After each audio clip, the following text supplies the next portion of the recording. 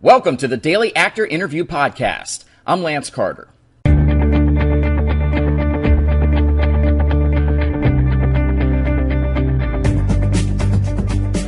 Here's a quick interview that I did with Kristen Kreuk at Wondercon. She was there for the CW's Beauty and the Beast, and in the roundtable interview, she talks about the show, her Smallville friends, and if she ever reads the internet forums about the show. And as a little added bonus, there's also a couple minutes with the executive producer Sherry Cooper Landsman, where she talks about Kristen and how great of an actress she is and how she does her own stunts. I really do appreciate it when you support the advertisers. Also, we do websites. We have actor mailing labels. We have a ton of stuff. Check out our site, dailyactor.com. And now, here's Kristen. There are some photos from the Canadian Screen Awards where you're reunited with Erica. Is there any chance of seeing her or Allison? Erica and Allison and I too have all. I mean, Erica and I and Allison we're good friends. Like, I just had dinner with Erica the other night. She's got her show, so she's busy being a doctor. But she's in Toronto until September, and we've talked about stories. I mean, they both have said they would be willing to come and play. That doesn't mean anything necessarily, but I want it to be the right role, you know? But I'd love to have them. They're both awesome. Yeah, are there any Smallville people that are planning to pop by? Well, I mean, the girls are really the ones I've talked to. But we have never, I mean, there's nothing set in stone, and it's all just talk, and it won't happen this year, you know? We're almost done shooting, but if we had a second season and there was the right story, I know that it would be fun for us. How much have the producers clued you into what the season finale is going to be? I know the whole thing. So start reenacting it for us right now. No, I'm not. I won't do it. What about next season though?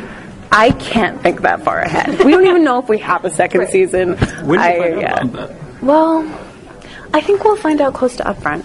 I mean, because the show is performing decently, but not like exceedingly well. I think we've got to wait and see. You guys got like rabid fans, though. They're rabid. I don't know what we tapped into. It feels like it feels stronger than Smallville fans in some ways. I know, but the intensity. It's a smaller group, but the intensity of it is so strong. It blows my mind. What do you think it is? I don't know. It feels similar to a Twilight thing. I think. That can be a I think it is. I mean, I think it's really wonderful how passionate they are about a love story. Mm-hmm. I don't know how we did that. I really don't, and I'm kind of in awe of it. I'm like, wow, they really are committed to this. Were you surprised that Kat and Vincent got to kiss so soon in the series? That wasn't the original plan. What was? I think to hold off. I think it really was. But nothing was we changed. I mean, it's obvious. We changed the direction of this show so much. I'm surprised, but I like it. I like exploring the relationship as opposed to, well, yes, no, yeah. Like, that's not as interesting to me. And maybe it's because I'm 30. And I just want to know, like, let's get in the relationship and see how it goes from there, you know? Well, it sounds like there's going to be some trouble in the future. Yes. He has been keeping secrets, but how else do you suppose, do you propose keeping that romance going and keeping it interesting for the fans? It's funny, I watched this, I'm going to go into a spiel, I always do this. I watched this TED Talk that was really great about desire versus, love in long-term relationship. Just to go into this with you guys. But it's interesting because a big part of what keeps us desiring somebody has to do with distance, them being in their prime, like seeing the person that you're drawn to or attracted to, doing, say they're a singer singing, and you're like, wow, they're so attractive. So with Vincent and Catherine, their lives are always on the line. There's always a threat that's keeping them apart. So desire is innately there all the time. It's like you're constantly possibly losing this person that you love. There's never any stillness. There almost isn't enough time to be in a love space, which is much more about familiarity and building a safety and a comfort with somebody. which they have, but it's so constantly being challenged that there's always that desire, which is what I think an audience likes to see, is that like heat, you know? But in that kind of dangerous environment, it's always there. Right. That's my spiel. Do you ever go online and like read the forums and see what people post? Well, now that I'm on Twitter, it's like constant, which I never used to do. But with Twitter, it's like so you see everyone's opinions right away. Which is, I think, good and bad. You know, like, because you don't want to shape everything to to general public opinion. You know, you want to have a story that you're telling outside of that. But yeah, it's interesting. It's interesting to watch that unfold. Yeah, sure. What was the thing that initially got you into this? Because, I mean, if somebody says, hey, let's redo an 80s show, you could expect it to be a disaster like Charlie's Angels. It could be a disaster. What got you into this? Sherry and Jennifer. I really love the girls who created the show a lot. They're just, I love them. And I can go and be like, this thing isn't working in this script for me, and it feels like this. And they're like, okay, like work on it, you know, and I don't know, it's just really special that way. What do we have coming up for Kat and Tessa's partnership in upcoming episodes? Well, we get them to be partners again, which I miss. Nina and I were like, okay, that's it. We're done with this, like, mad at each other business. So we get to, like, actually see them be a team. And it's not going to be in the same way they used to, because the procedurals kind of, like, died. So it's more about dealing with Muirfield, and there's some big storylines for them in regards to that. Is that going to be the focus of the second half? Or like the last few episodes? Yes, very much so. It'll be a lot of Muirfield, a lot of Evan, Gabe, and also even coming into like a little bit of a more personal storyline, you know, where you start thinking about a future with the person you love and you realize that future is pretty, dark. You mentioned the procedural part's kind of done. Was that always kind of planned to push that? You know, I think it's a season. I've been pretty honest. Like, I think it's a season 1 thing where like you try something out and it's like, wait, this works. This isn't working as well. Right, and relationships more. Relationships in Muirfield. Like, I think the best procedurals are procedurals. They're just pure procedurals, you know, because the stories have to be so complex, and you've got to make sure that every little piece, and when you're dealing with the mythology and you're dealing with the romance, it's hard to keep all that in. So if we can just do mythology and romance, and there's still what you would call a procedural element in that you have a certain episodic, I think, thing that happens. I think we can do a better story this way. Reading upcoming episode descriptions, Evan's going to start poking around a bit? You know, well, Evan just saw the beast jump off of a balcony, so that's problematic. And not only that, he was kissing the woman that he loves. So that's going to be a big focus in the next episode after this little hiatus of ours. That'll be like everything, and it really is Evan's story. How he handles that. Do you think that there is only one beast? Well, that's an interesting question. Do I think? Well, there obviously are more than one. Like the one after the episode with Evan, you're gonna find there's so much, and I don't want to spoil anything, but there's so much about the experiments, what's going on, what's happening currently, what's Muirfield doing now, do they still, like, all of that stuff. It's a pretty it's pretty revealing of what's going on with the organization. So we really get to dig into that. You really do. Yeah. And also, there's a lot that we don't know about how Kat's mother died as well. That's also a huge part of the focus of the last. So we'll find out more about how she died, what the circumstances surrounding that are, and how there's secrets around Catherine's family that Vincent may or may not know about that he's been keeping from her. So Vincent is sort of like, from the outside, is the villain to, the characters within the show, except for Kat. Do you think that there's ever a future of, acceptance for him if people ever learned that he existed? I don't know. I mean, if I look at it purely from a drama perspective, I don't think that would be very interesting. Right. But for his sake, I'd hope there would be. As long as Muirfield's around and the people behind Muirfield are around, that won't happen. And as long as he doesn't have full control over himself, that won't happen. I'm also curious, I'm assuming that the answers that we do get at the end of the season will just lead to more questions. Yes, of course. because how else would it be? Start from scratch in season 2. Can you sort of tease, just in vague terms, what direction you can see the show going after we deal with Muirfield? Okay. Well, we'll find out who is kind of the head of Muirfield, which is a big deal. There will be, of course, there'll be a huge fight.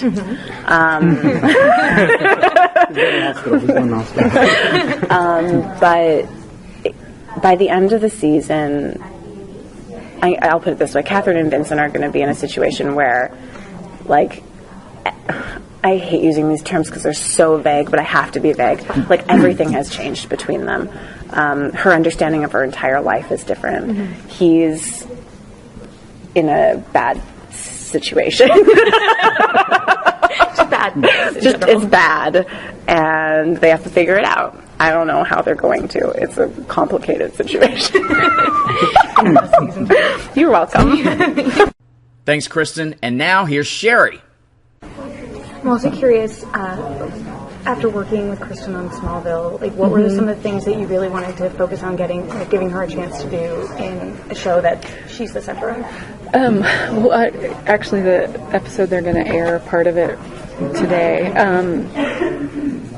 it was kind of a nice moment for me, just having watched footage of hers for so long. She is fantastic. I mean, she's really phenomenal. This episode in particular, I think, because there's a lot of moments where she can't be saying the thing that she's thinking, and as an actor, it's really hard to portray those inner dialogues, without even being able to say one word, because the people you're talking to are the people that you're trying to hide everything from. So there's in particular, there's a couple moments. There's one scene actually that won't be seen today, that you have to wait and watch on air. But that I literally was watching it, just thinking, she's become such an incredible, multi-layered actor that. And, I always, she never disappoints. You always write something and it always comes in exactly, as you would hope it would. And I think this, for whatever reason, when I was in the editing room on this episode, I really got these moments of being able to see it all from a more objective point of view, and removed a little bit more. I don't know why, but it was a really great experience, because I was there is nothing, I feel like after watching this episode, there's nothing I could ever throw at her that she wouldn't be able to nail and elevate. And so it's been really exciting. I mean, she was great on Smallville. I loved her performance. I think what's neat about this show for her is that because it is about her, you see a lot more of the sides of her life than you do when, it's a character who's on for 12 minutes out of the 40 some minutes. So are you actually pulling from her experiences, like you do her martial arts, some kind of gymnastic background? Yeah, well, I mean, her stunt work's great. It's always nice. She really puts herself into it. But I think also just you get to know the character in a way, and know what's going to be, emotionally hit for Kristen, and what's going to be, compelling for her. And so it makes it fun to write too, because you can, kind of the moments that she's really going to glob onto and, enjoy. Now, when you directed an episode of Smallville, you didn't get to direct Kristen. Is there any chance you'll direct an episode of Beauty and the Beast? I didn't know. I know. It's hard. I loved it. And we had such an amazing crew and cast that they were, it was really a pleasure. But it's hard to leave the writing offices for that long, because you really just disappear. You disappear for like 3.5 weeks. So it's really hard to find the month that, you don't need to be doing anything else. But I don't know, maybe someday. How often do you go on set? I've been up like maybe 4 times over the year. Yeah, Oh, wow. So we've all rotated, between myself and Jen and Sherry and Brian. Try to go up every once in a while, but it's hard. I mean, it's difficult. Like when one person is gone from down here to go up there, you really feel it. Things just kind of slow down a little bit. So. I was getting a lot of Twitter questions about the Gabe character. Yeah. When are we going to learn more about him? Let's see. I always try to figure out what's airing right now. The next episode is Heart of Darkness. Yes, you're going to learn a lot. It'll start unraveling a little bit more and more, but at the very, the last couple episodes of the season in particular, like he becomes, you'll understand now a new place that he has in the show. If that makes sense. Are we gonna get to sort of go back and investigate Kat's mother's death any more than we have? That's definitely going to come into play, and how she comes to learn more about her mother is kind of interesting, and then it actually will more will kind of unravel all the way really up until through the finale. It's going to end. Do you have like a cliffhanger planned? Do you have something that's going to? Of course. Yes. Yeah. No, there's a couple cliffhangers. I would say there's multiple cliffhangers going on in the finale. So. I feel like there are some like deeper levels of the mythology that we haven't really gotten a chance to explore yet. If we get like in a second season, would that be where we start to see more of that? Or? Yeah, I mean, in a way, literally, as you leave this season, it's kind of tees you up for some bigger, revelations to come down the road in season 2. So I don't think you'll be disappointed in that bit of it. What do you have the show envisioned as? I mean, is there like a master plan where you're plotting like 5 seasons, or what do you have in mind for it? Well, I think it's interesting as the season goes along. There's a lot of things that we pull out that fit into upcoming seasons. Like even the story idea, and we'll be like, oh, that's great, but like that fits more with what is in line with what everybody's been thinking for like season 2 or season 3. So there's a lot of different avenues, literally, that we have been having fun kind of exploring.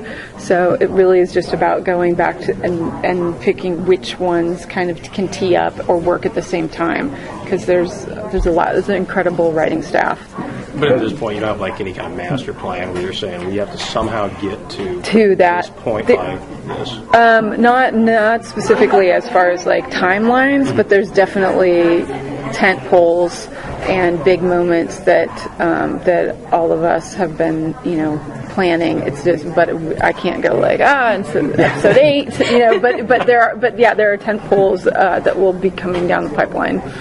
You guys have like a big whiteboard and say this can fit here, and then yes. put this here, move that. Yeah. It's the walls in the writer's room are scary. Was it always part of the plan to have them actually finally kiss 2/3 of the way into the first season? You know what? I will admit no. We had been thinking of that kiss, but we actually ended up pulling it forward a little bit more. And I think in a way what it did was it allowed us to open up some of the story down for the back half. So, going into it, and we worked really closely with CBS Studios and CW Network, and, really, like you talk about a master plan, like there's a master plan, but then it's also like a big discussion with them and working with them as partners. And we all kind of agreed together, like, let's just move it a little closer up, because it'll allow us to kind of blow out some things in the back. Was moving it forward at all a reaction to the internet reaction to Alex? No, okay. I can't say that, because we end up shooting. We're breaking stories so much ahead of the time. By the time they we break them and we write them and we rewrite them, and then we get them up, and then they shoot them and they come back, and we go through post, and then we get our visual effects, and like there are a lot of, quite a bit of time passes, although we did read all those comments. I'm curious what you've learned so far in season 1, because I feel like there's sort of been a shift away from the procedural elements of like the early half of the season, and it's sort of going in a different direction now. Yeah, I mean, I think, her being a cop is such a critical part of her character that it was great to kind of have a few of the episodes up top where she, you kind of were with her and her character a little bit more as this mystery was unfolding. But, I think all of us, you get footage in and you start looking at scenes and things, and when you see Kat and Vincent together, you see them on the run from Muirfield or whatever it is, all that stuff is really compelling. So it was kind of nice we were able to shift a little bit, and after people kind of knew the characters, then sort of start weaving in the worlds a little differently. Thanks so much for listening, guys. Keep coming back to Daily Actor for more great interviews, news from film, TV, and theater, and so much more. Follow me on Twitter at Daily Actor and like our Facebook page, facebook.com/Daily Actor. Thanks for supporting the advertisers. I'm Lance, and I'll talk to you soon.